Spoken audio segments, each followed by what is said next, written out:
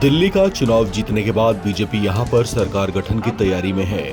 बहुत जल्द दिल्ली के नए मुख्यमंत्री के नाम का ऐलान किया जाने वाला है। साथ ही दिल्ली के नए कैबिनेट के चेहरों की भी घोषणा की जाएगी। प्रधानमंत्री नरेंद्र मोदी अमेरिका की यात्रा से लौट आए हैं। बीजेपी सूत्रों के मुताबिक दिल्ली में नई सरकार का स्वरूप तय किया जा चुका है, जिस पर अब महज पीएम मोदी और अमित शाह की रजामंदी बाकी रह गई है। ऐसा माना जा रहा है कि रविवार तक दिल्ली सरकार के मुखिया के नाम की घोषणा कर दी जाएगी। साथ ही दिल्ली के नए सीएम के शपथ ग्रहण की तारीख का भी ऐलान किया जाएगा। दिल्ली में सीएम कौन होगा, इसे लेकर कई कयास लगाए जा रहे हैं। प्रबल संभावना इस बात की है कि दिल्ली में किसी महिला को मुख्यमंत्री बनाया जाए और इस बात की भी संभावना है कि चेहरा कोई ऐसा होगा जो इस पद के लिए संभावित चेहरों से बिल्कुल अलग हो सकता है। ऐसे में पार्टी में जारी चर्चाओं के मुताबिक बांसुरी स्वराज का नाम भी चर्चाओं में बना हुआ है। बांसुरी स्वराज दिल्ली की पूर्व मुख्यमंत्री और पूर्व केंद्रीय मंत्री सुषमा स्वराज की बेटी हैं। सुषमा स्वराज ने 12 अक्टूबर 1998 को दिल्ली की पहली महिला मुख्यमंत्री के तौर पर पदभार ग्रहण किया था। अब प्रबल संकेत हैं कि उनकी बेटी बांसुरी स्वराज भी इस पद पर आसीन होंगी।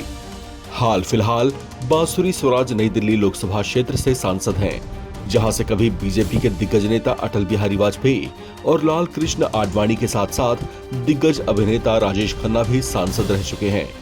दिल्ली बीजेपी इकाई में अपने बढ़ते प्रभाव के बीच बांसुरी स्वराज मुख्यमंत्री की भूमिका के लिए एक आदर्श विकल्प हो सकती हैं। आपको बता दें कि दिल्ली के मुख्यमंत्री और दिल्ली के भविष्य को लेकर बांसुरी स्वराज का एक बयान भी खूब चर्चाओं में है। बांसुरी स्वराज ने अपने एक बयान में कहा कि जो भी दिल्ली का मुख्यमंत्री बनेगा वो दिल्ली को विकसित देश की विकसित राजधानी बनाएगा। इसे उनके विजन के तौर पर देखा जा रहा है।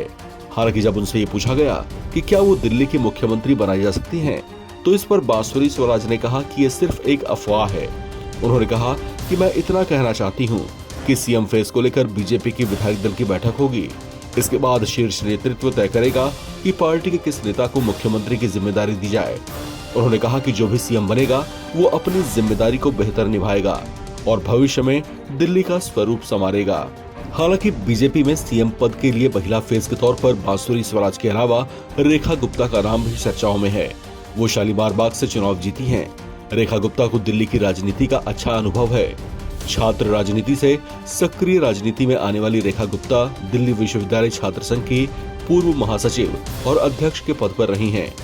1996-97 के दौर में ये चर्चित छात्र संघ की नेता हुआ करती थीं।